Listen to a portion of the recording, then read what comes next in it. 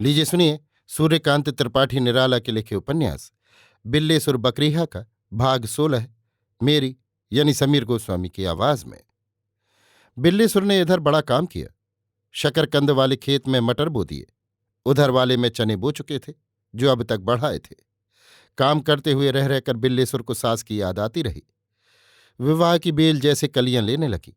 काम करते करते दुचित्ते होने लगे। सांस रुक रुक जाने लगी। रोए खड़े होने लगे। आखिर चलने का दिन आया।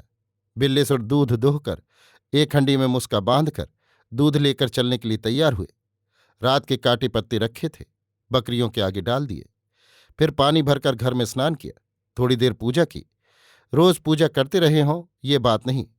पूजा करते समय दर्पण कई बार देखा। आंखें और भौहें चढ़ाकर उतारकर, गाल फुलाकर पिचकाकर, होठ फैलाकर चढ़ाकर, चंदन लगाकर एक दफा फिर मुंह देखा। आंखें निकालकर देर तक देखते रहे कि चेचक के दाग कितने साफ दिखते हैं। फिर कुछ देर तक अशुद्ध गायत्री का जप करते रहे, मन में ये निश्चय लिए हुए कि काम पूरा हो जाएगा। फिर पुजापा समेटकर भीतर के एक ताक पर रखकर बासी रोटियां निकाली।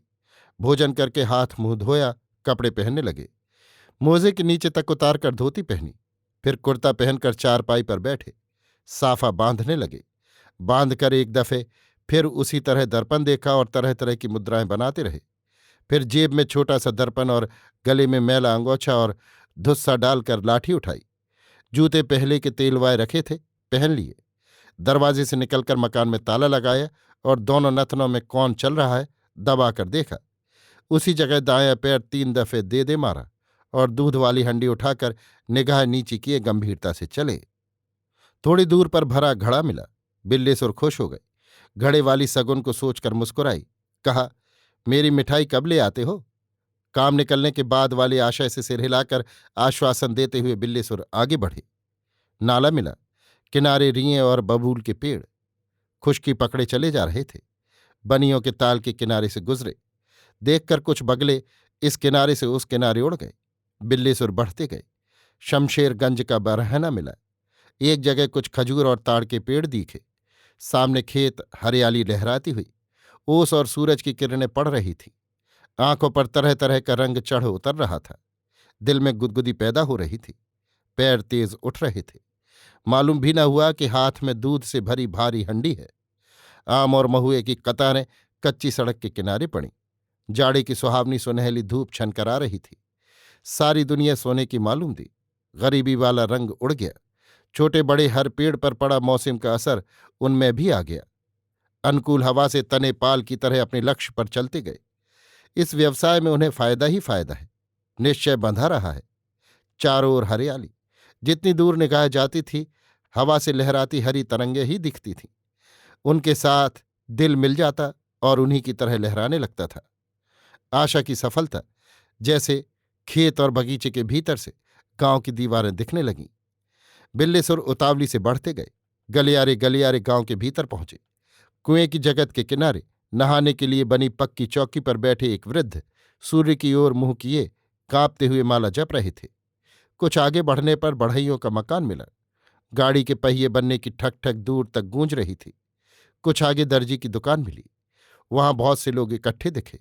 तरह तरह के रंगीन कपड़े सिलने को आए फैले हुए। दर्जी सिर गड़ाए तत्परता से मशीन चलाता हुआ। एक लड़का चौपाल की दूसरी तरफ बैठा भरी रजाई में टांके लगाता हुआ। 2 आदमी नए कपड़े काटते और मशीन पर चढ़ाने के लिए टांकते हुए। लोग गौर से रंगों की बहार देखते, लाठी के सहारे खड़े गप लड़ाते, तंबाकू थूकते हुए। बिल्लेसुर तदगतेन मनसा सास जी के मकान की ओर बढ़े चले गए। एक कौलिया के भीतर सास जी का अधगिरा मकान था। दरवाजे खुले थे। आवाज देते हुए भीतर चले गए। सास जी इंतजार कर रही थी। देखकर मुस्कुराती हुई उठी। नजर हंडी पर थी। बिल्लेसुर ने गर्व से हंडी रख दी और सास जी के पैर छुए। सास जी ने कुशल पूछी, जैसे एक मुद्दत के बाद मुलाकात हुई हो। फिर बिछी चारपाई पर ले चलकर बैठाला और गौर से बिल्लेसुर की ब्याह वाली उतावली की आंख देखती रही। कुछ देर तक बिल्लेसुर बैठे गंभीर होते रहे। फिर आवाज में भारीपन लाकर भले गृहस्थ की तरह पूछा, ब्याह बिचरवा तो लिया गया होगा? सास जी के समंदर पर जैसे तूफान आ गया। उद्वेल होकर तारीफ करने लगी। किस तरह पंडित के यहां गई? पंडित ने बिचारा आंखें चढ़ाकर कहा, साक्षात लक्ष्मी है। घर पर पैर रखते ही घर भर देगी। विवाह बहुत बनता है, लड़की वैश्य वर्ण है और देवगण। बिल्लीसुर से कोई बैर नहीं पड़ता। साथ ही ये भी कहा है कि कुल में ऊंचे हैं, इसलिए बिल्लीसुर यहां अपने को छंगे के नहीं तो दुर्गादास वाले जरूर कहें, नहीं तो उनकी तौहीन होगी। बिल्लीसुर की बाँछें खिल गईं। विनम्र भाव से कहा, माँ बाप का कहना सभी मानते हैं, जैसी आज्ञा होगी कहने में मुझे ऐतराज न होगा। सास जी ने तृप्ति की सांस छोड़ी। फिर बिल्लीसुर के पास एक पंडित बुला लाई। पंडित ने शीघ्र बोध के अनुसार बनते हुए ब्याह की प्रशंसा की। बिल्लीसुर श्रद्धापूर्वक मान गए। अगली लगन में ब्याह होना निश्चित हो गया और सास जी की आज्ञा के अनुसार उन्हीं के यहां से ब्याह होने की बात तय रही। शाम को एक लड़की ले आई गई और दिए के उजाले में बिल्लीसुर ने उसे देखा।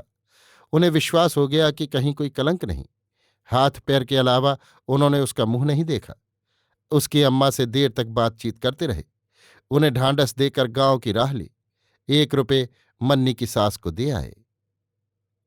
अभी आप सुन रहे थे सूर्यकांत त्रिपाठी निराला के लिखे उपन्यास बिल्लीसुर बकरीहा का भाग 16, मेरी यानी समीर गोस्वामी की आवाज में।